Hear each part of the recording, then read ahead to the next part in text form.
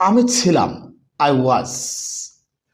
এখানে তোমাদেরকে যেটা মনে রাখতে হবে, আমি কোনো কিছু ছিলাম, সেক্ষেত্রে ওয়াজ ব্যবহার করতে হবে। একটু ভালোভাবে দেখো, আমার মনে হয় বুঝতে পারবে। খুবই গুরুত্বপূর্ণ একটা আলোচনা। আমি মনে করি এই আলোচনাটা তোমাকে অনেক পরিবর্তন করবে, অনেকটা পরিবর্তনের দিকে নিয়ে যাবে। দেখো, যখন আমরা বলছি না যে আমি ছিলাম, আই ওয়াজ, দেখো এখানে তোমাদেরকে যেটা মনে রাখতে হবে যে আমি নিজে কোনো কিছু ছিলাম, সেক্ষেত্রে ওয়াজ ব্যবহার করতে হবে। আমি মনে করি যদি এটা তুমি ব্রেনে ডাউনলোড দিয়ে রাখো, সারা জীবনে আর কোনোদিন ভুল হবে না। আমি নিজে কোনো কিছু ছিলাম, সেক্ষেত্রে ওয়াজ ব্যবহার করতে হবে। প্রিয় স্টুডেন্টস, স্ক্রিনে ভালোভাবে লক্ষ্য করো। আমি নিজে কোনো কিছু ছিলাম, সেক্ষেত্রে ওয়াজ ব্যবহার করতে হবে। ওয়াজ, ওয়াজ মানে নিজে কোনো কিছু ছিলাম। একটু মনোযোগ দিয়ে ভিডিওটি দেখো, সহজে বুঝতে পারবে, জীবনে আর কোনোদিন ভুল হবে না। আমি নিজে কোনো কিছু ছিলাম, ওয়াজ।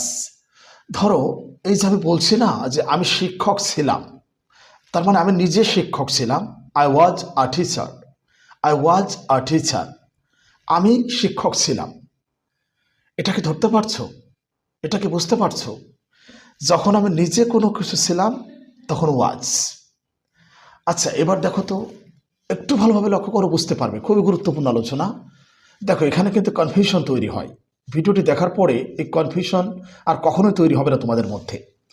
দেখো, যখন আমার অধীনে কোনো কিছু ছিল, আমার অধীনের কোনো কিছু ছিল, কোনো জিনিস ছিল, কোনো মালিকানা, বুঝতে পারবে, অবশ্যই বুঝতে পারবে। দেখো, ধরো এই যেভাবে বলছি, আমার একটা গাড়ি ছিল, আই হ্যাড এ কার।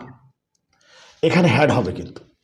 দেখো, কারটা আমার অধীনে ছিল, মানে আমি কারের মালিক ছিলাম। তো আমার একটা গাড়ি ছিল, I had a car, I had a car. আচ্ছা, প্রশ্ন হচ্ছে, হ্যাড মানেও ছিল কিন্তু, আবার ওয়াজ মানেও ছিল।